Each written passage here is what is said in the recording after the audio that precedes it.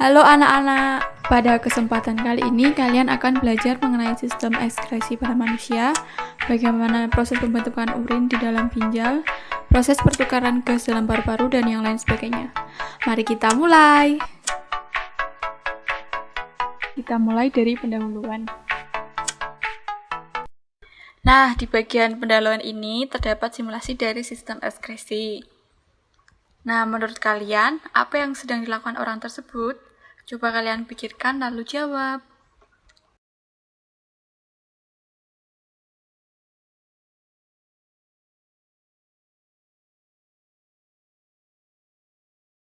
Selanjutnya, simak video berikut. Dan bertanya-tanya sendiri juga, emang apa sih yang bakal terjadi sama tubuh kita kalau kita nahan pipis? Sederhananya, bayangin inilah bagian dalam tubuh kita yang ngurusin soal pipis. Cairan yang warnanya mirip sama minuman berenergi ini sebenarnya kumpulan zat-zat yang udah gak dibutuhin sama badan kita. Kalau udah keisi penuh, otak kita ngerespon dengan bikin kita biar jadi kebelet. Otot di sini lalu berperan jadi satpam buat ngejaga, biar nggak ada yang keluar tiba-tiba, dan begitu akhirnya ketemu toilet, itulah rasa lega yang sesungguhnya. Oke. Terus emangnya seberapa lama kita bisa nahan pipis? Dan apakah itu bahaya buat kita? Menurut kalian, apakah berbahaya jika menahan buang air kecil?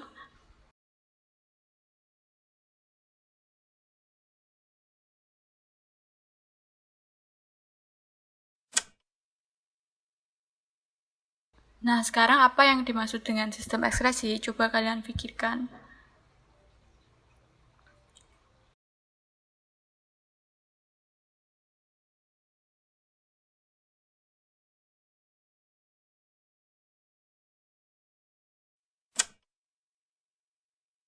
Sistem ekskresi manusia adalah proses pengeluaran zat-zat sisa metabolisme yang tidak diperlukan oleh tubuh.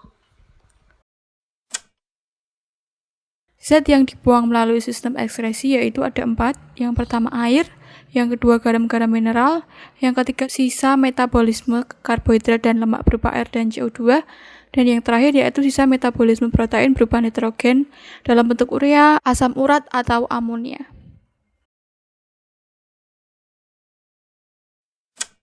Setelah tadi menyimak simulasi sistem ekskresi manusia, sekarang apa saja yang akan kita pelajari? Mari kita lihat pada kompetensi dasar. Kompetensi dasar 3.10 menganalisis sistem ekskresi pada manusia, kelainan dan penyakit pada sistem ekskresi, serta upaya menjaga kesehatan sistem ekskresi. Kemudian 4.10 membuat karya tentang sistem ekskresi pada manusia dan penerapannya dalam menjaga kesehatan diri. Selanjutnya, kita akan masuk ke materi pembahasan. Yang pertama, kita akan mempelajari organ ginjal. Ginjal. Apa fungsi ginjal? Ginjal berfungsi untuk menyaring darah yang mengandung zat sisa metabolisme dari sel di seluruh tubuh.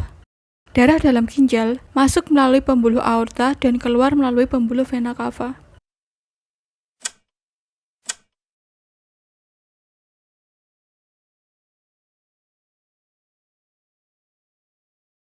Ginjal tersusun atas 3 lapisan. Yang pertama yaitu korteks atau kulit ginjal, tempat terjadinya filtrasi dan terdapat pada bagian Malpighi. Kemudian medula atau sumsum ginjal, tempat terjadinya reabsorpsi dan augmentasi dan terdapat pada tubulus-tubulus ginjal. 3. Pelvis atau rongga ginjal, merupakan muara tubulus collectivus dan hulu ureter. Berfungsi sebagai penampung urin sementara sebelum dikeluarkan melalui ureter.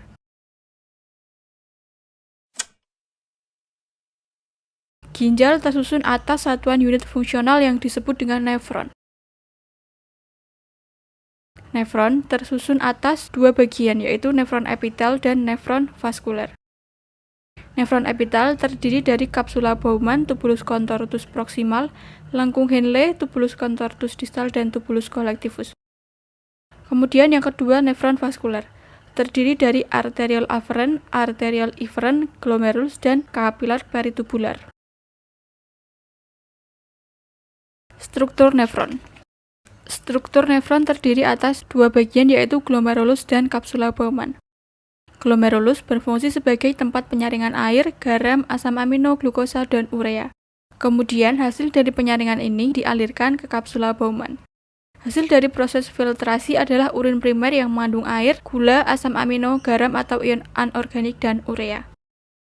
Kemudian kapsula Bowman adalah kapsul yang berfungsi menampung hasil filtrasi darah. Kemudian saluran nefron. Saluran nefron terdapat beberapa bagian. Yang pertama yaitu tubulus contortus proximal. Adalah saluran nefron lanjutan kapsula Bowman yang melakukan reabsorpsi. Zat yang masih berguna seperti glukosa, asam amino, Na+, K+, Cl-, HCO3-, Ca2+, dan air diserap oleh pembuluh di sekeliling tubulus. Hasil dari proses ini berupa urin sekunder yang mengandung sisa limbah nitrogen, urea, dan air. Kemudian lengkung Henle adalah saluran lanjutan tubulus contortus proximal yang berbentuk lengkung dan melakukan reabsorpsi. Di dalam lengkung Henle, urin sekunder akan mengalami osmosis air sehingga kadar air berfungsi dan urin menjadi lebih pekat. Kemudian tubulus contortus distal adalah saluran nefron yang melakukan reabsorpsi dan augmentasi. Hasil akhir dari proses augmentasi adalah urin sesungguhnya yang mengandung urea, asam amino, amonia, sisa-sisa pembongkaran protein, dan zat-zat yang berlebihan dalam darah seperti vitamin, obat-obatan, hormon, serta garam mineral. Kemudian yang terakhir yaitu tubulus collectivus atau pengumpul. Adalah saluran nefron yang mengumpulkan urin dari nefron-nefron ginjal. Proses pembentukan urin dapat dilihat dalam video berikut. Proses pembentukan urin. Dalam sistem ekskresi, urin terbentuk pada bagian ginjal. Satuan fungsional terkecil dari ginjal disebut dengan nefron. Proses pembentukan urin dimulai dengan tahap filtrasi. Filtrasi merupakan proses penyaringan darah pada bagian glomerulus. Hasil filtrasi ini disebut dengan urin primer. Tahap yang kedua adalah reabsorpsi. Reabsorpsi adalah proses penyerapan kembali zat-zat yang masih diperlukan oleh tubuh, seperti air, glukosa, asam amino, ion natrium, kalium, kalsium, klorida, dan HbO4. Reabsorpsi terjadi pada bagian tubulus contortus proximal dan lengkung Henle. Hasil reabsorpsi tersebut disebut dengan urin sekunder. Tahap yang ketiga adalah augmentasi. Augmentasi merupakan proses pengumpulan urin dimulai dari bagian tubulus contortus distal dan tubulus collectivus. Hasil dari augmentasi disebut dengan urin sesungguhnya. Urin sesungguhnya mengandung ion H+, K+, NH3, kreatin, dan air.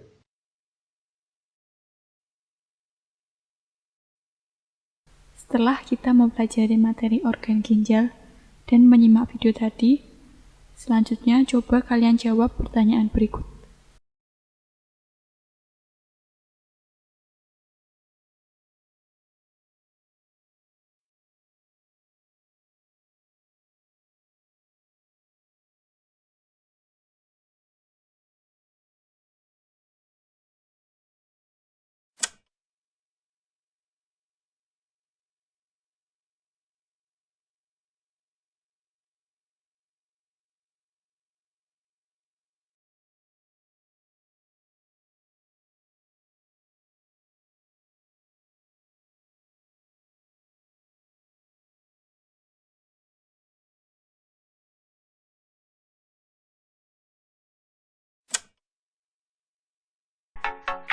Selanjutnya, kita akan masuk ke organ kulit.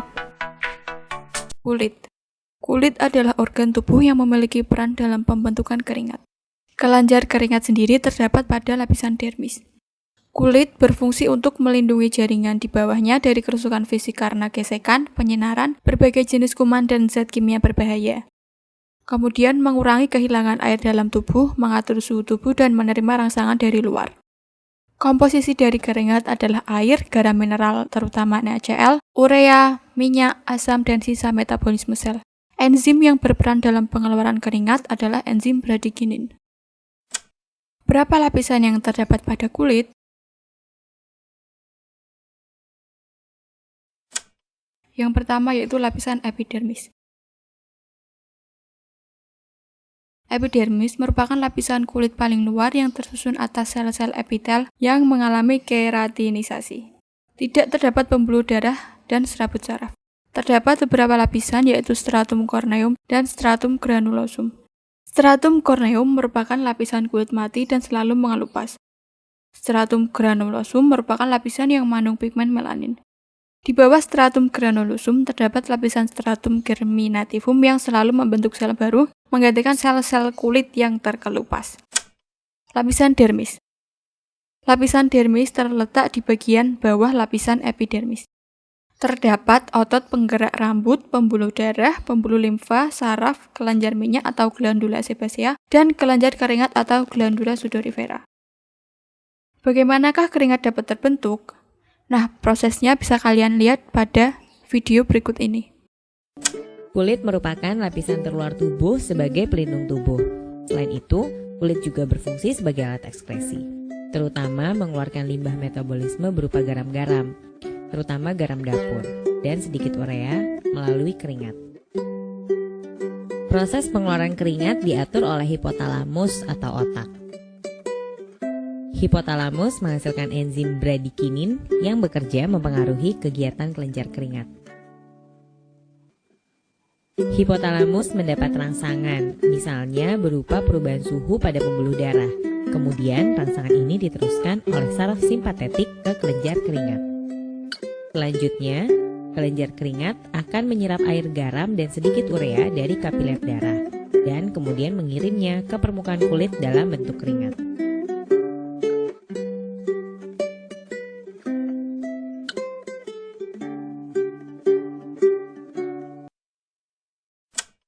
Di bawah lapisan dermis terdapat hipodermis atau subkutan. Bukan merupakan lapisan kulit, namun kumpulan jaringan ikat yang berfungsi melekatkan kulit pada otot. Tersusun atas jaringan lemak sehingga berfungsi menjaga suhu tubuh. Produksi keringat oleh kelenjar keringat ada di bawah pengaturan hipotalamus dan enzim bradikinin yang dirangsang oleh perubahan suhu darah, sehingga dapat mengatur perubahan suhu pada tubuh. Mekanisme produksi keringat pada kenaikan suhu tubuh. Kenaikan suhu tubuh menyebabkan meningkatnya suhu darah. Tubuh menormalkan suhu tubuh dengan vasodilatasi atau pelebaran kapiler darah di sekitar kulit sebagai tempat pengeluaran panas. Epidermis kulit yang panas kemudian didinginkan oleh keringat yang menyebabkan suhu tubuh kembali normal. Kemudian mekanisme produksi keringat pada penurunan suhu tubuh. Penurunan suhu tubuh menyebabkan turunnya suhu darah. Tubuh menormalkan suhu tubuh dengan vasokonstriksi atau penyempitan kapiler darah di sekitar kulit agar memperlambat pengeluaran panas. Faktor-faktor yang mempengaruhi jumlah keringat yaitu ada 1. Jenis kelamin, 2. Aktivitas tubuh, 3. Suhu tubuh dan lingkungan, 4. Makanan, dan 5. Kondisi kesehatan. Setelah kita mempelajari materi organ kulit dan menyimak video tadi, coba sekarang kalian jawab pertanyaan berikut.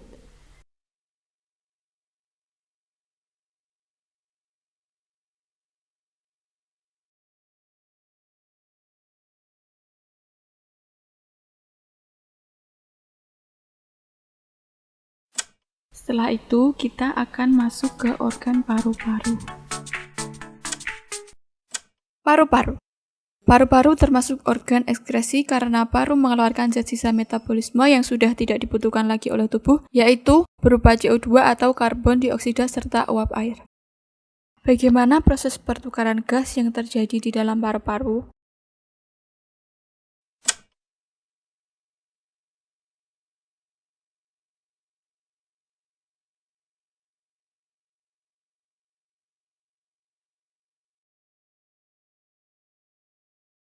Nah, mekanisme pertukaran gas yang terjadi di alveolus yaitu yang pertama, oksigen yang memasuki alveolus akan berdifusi dengan cepat memasuki kapiler darah yang mengelilingi alveolus. Darah pada alveolus akan mengikat oksigen dan mengangkutnya ke jaringan tubuh. Kemudian, karbon dioksida akan berdifusi dengan arah yang sebaliknya. Di dalam pembuluh kapiler jaringan tubuh, darah mengikat karbon dioksida untuk dikeluarkan bersama uap air. Reaksinya dapat dilihat pada media tersebut. Sebagai alat pernapasan, paru-paru juga berfungsi sebagai alat pengeluaran. Zat yang dikeluarkan oleh paru-paru adalah karbon dioksida atau CO2 dan uap air atau H2O yang dihasilkan dari proses pernapasan. Jadi, tugas paru-paru adalah mengeluarkan karbon dioksida dan uap air yang tidak digunakan lagi oleh tubuh. Jika tidak dikeluarkan, zat-zat tersebut akan menjadi racun. Karbon dioksida dan air sebagai hasil sisa metabolisme karbohidrat dan lemak harus dikeluarkan dari sel-sel tubuh melalui pembuluh darah ke organ pernapasan, yaitu paru-paru. Proses pengeluaran CO2 dan H2O dari jaringan sel-sel tubuh ke paru-paru ini melalui suatu proses berantai yang cukup kompleks, yang disebut pertukaran klorida atau chloride shift. Pertukaran klorida melibatkan peran sel darah merah dan plasma darah. Jadi, materi yang diekskresikan dari paru-paru ialah sisa metabolisme CO2 dan uap air.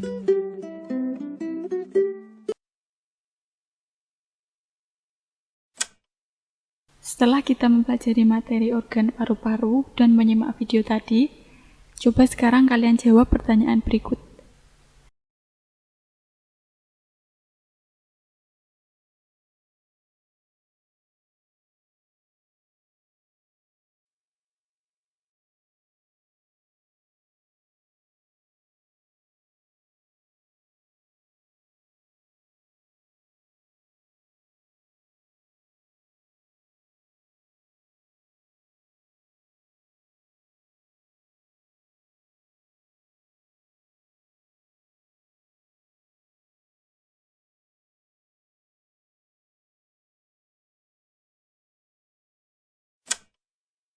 Kemudian kita akan mempelajari organ hati.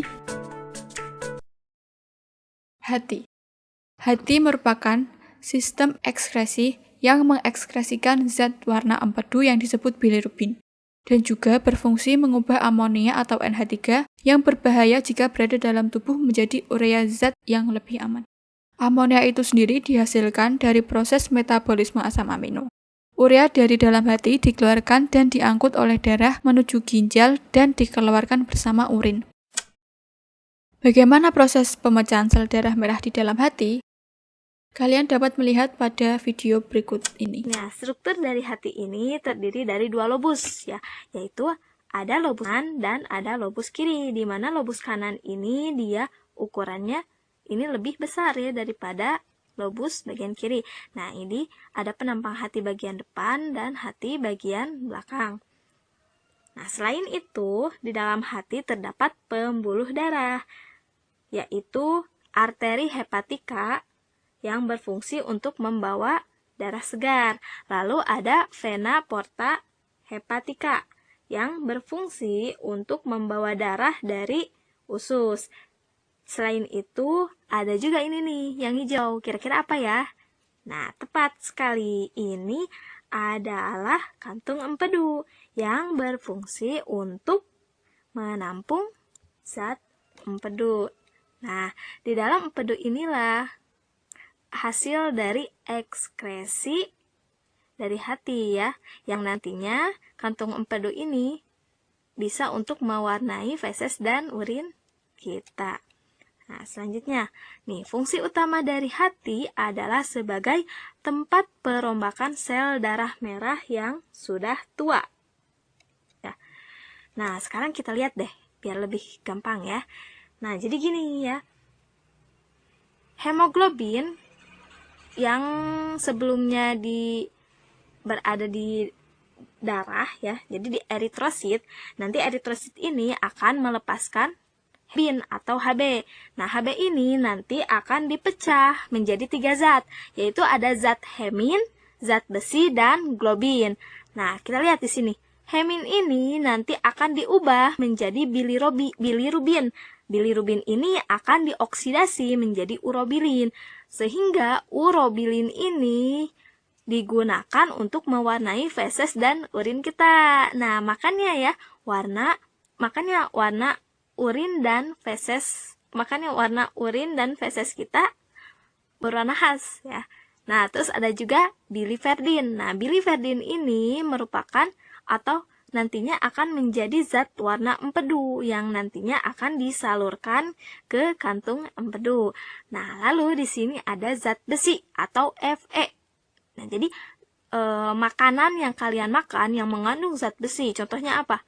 Hati ayam misalnya, atau hati sapi, ataupun dari bayam ya yang kaya akan zat besi. Nah, nanti akan diambil dan disimpan di dalam hati ya. Nah, terus yang ketiga ada globin. Globin ini berfungsi untuk pembentukan hemoglobin yang baru ya. Nah, itu fungsi utama dari organ hati. Nah, sekarang kita lihat fungsi lain dari hati. Yang pertama adalah menyimpan gula dalam bentuk glikogen atau gula darah. Yang kedua, untuk mengatur kadar gula darah. Yang ketiga, membentuk vitamin A dan provitamin A. Jadi kalau provitamin A itu nantinya yang akan membentuk vitamin A ya. Nah, terus yang keempat adalah ini, menetralkan racun. Nah, jadi sebenarnya di dalam tubuh kita, apalagi kalau misalnya kita makan makanan yang mengandung racun, nah nanti hati ini akan berperan untuk menetralkan racun tersebut. Nah, terus yang kelima adalah tempat pembentukan fibrinogen protombin. Nah, dan yang terakhir sebagai tempat pembentukan urea dari amonia. Nah, urea ini sebenarnya gini, jika tubuh kelebihan protein, maka akan dirombak melalui siklus ornitin. Ingat-ingat ya, siklus ornitin, yaitu dengan mengubah karbon dioksida dan NH3 atau amonia menjadi urea. Nah, NH3 atau amonia ini merupakan racun bagi tubuh.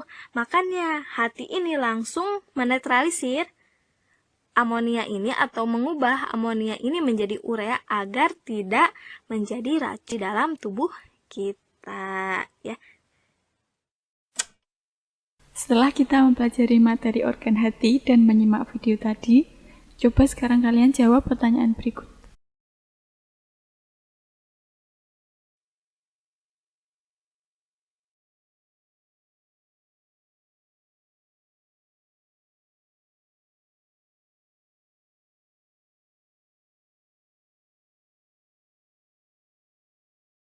Dan yang terakhir, kita akan mempelajari gangguan-gangguan yang terjadi pada sistem ekskresi manusia dan cara pencegahannya. Gangguan sistem ekskresi serta upaya menanggulangi atau mencegahnya.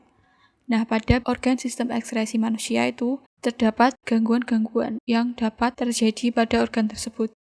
Nah, cara menanggulanginya atau mencegahnya, mari kita simak berikut ini. Yang pertama yaitu nefritis. Nefritis adalah penyakit rusaknya nefron pada bagian glomerulus ginjal, disebabkan oleh infeksi bakteri Streptococcus. Nefritis mengakibatkan masuknya kembali asam urat dan urea ke pembuluh darah atau uremia, serta adanya penimbunan air di reabsorpsi air yang terganggu atau edema. Upaya penanganan nefritis dengan proses cuci darah atau pencangkokan ginjal. Yang kedua yaitu batu ginjal. Batu ginjal adalah gangguan yang terjadi akibat terbentuknya endapan garam kalsium di dalam rongga ginjal atau pelvis renalis, saluran ginjal dan kandung kemih. Batu ginjal berbentuk kristal yang tidak dapat larut. Kandungannya yaitu kalsium oksalat, asam urat, dan kristal kalsium fosfat. Batu ginjal dapat terjadi karena terlalu banyak mengkonsumsi garam mineral, menahan kencing, serta kekurangan minum air putih. Upaya penanganannya adalah mengurangi konsumsi garam mineral, tidak menahan kencing, dan meminum cukup air putih setiap hari. Yang ketiga yaitu albuminaria. Albuminaria adalah kerusakan pada glomerulus yang berperan dalam proses filtrasi, sehingga di urin ditemukan protein. Disebabkan karena kekurangan asupan air putih di dalam tubuh, sehingga memperberat kerja ginjal. Mengkonsumsi banyak protein, kalsium, dan vitamin C dapat membuat glomerulus bekerja lebih keras. Upaya yang bisa dilakukan yaitu dengan mengatur jumlah garam dan protein yang dikonsumsi, pola hidup sehat untuk mengatur keseimbangan gizi. Yang keempat yaitu hematuria. Hematuria adalah penyakit yang ditandai dengan adanya sel-sel darah pada urin. Disebabkan adanya gesekan saluran kemih dengan batu ginjal, adanya infeksi bakteri pada saluran kemih, dan upaya pencegahannya yaitu segera buang air kecil apabila ingin buang air kecil, membersihkan tempat keluarnya urin, banyak minum air putih, dan upaya penanganannya adalah dengan memberikan antibiotik untuk membersihkan infeksi bakteri pada saluran kemih. Yang kelima yaitu diabetes insipidus. Disebabkan karena kekurangan ADH atau hormon antidiuretik. Upaya penanganannya dengan memberikan suntikan hormon antidiuretik sehingga dapat mempertahankan pengeluaran urin secara normal. Selanjutnya yaitu kanker ginjal. Disebabkan karena pertumbuhan sel pada ginjal yang tidak terkontrol di sepanjang tubulus dalam ginjal, menyebabkan adanya darah pada urin, kerusakan ginjal dan kanker dapat merambat ke organ yang lainnya sehingga dapat menyebabkan kematian. Upaya pencegahannya dengan tidak menggunakan bahan kimia yang dapat memicu kanker. Kemudian, yang ketujuh yaitu jerawat atau acne vulgaris. Suatu kondisi karena terjadinya penyumbatan dan peradangan pada kelenjar minyak atau sebasea. Disebabkan karena kurangnya menjaga kebersihan, penggunaan kosmetik yang berlebihan, dan mengonsumsi makanan berminyak dapat menyumbat pori-pori. Upaya pencegahannya dengan membersihkan wajah secara rutin, mengurangi makanan berminyak, dan menjaga aktivitas tubuh. Kemudian, yang terakhir atau nomor 8 yaitu biang keringat. Biang keringat terjadi karena kelenjar keringat tersumbat oleh sel-sel kulit mati yang tidak dapat terbuang secara sempurna. Sel-sel kulit mati, debu, dan juga kosmetik. Upaya pencegahan yang dilakukan adalah menjaga kebersihan kulit, menggunakan pakaian yang menyerap keringat. Dan upaya penanganannya yaitu dengan memberikan bedak atau salep untuk mengurangi rasa gatal. Setelah kita mempelajari materi gangguan-gangguan yang terjadi pada sistem ekskresi manusia dan pencegahannya, coba sekarang kalian jawab pertanyaan berikut.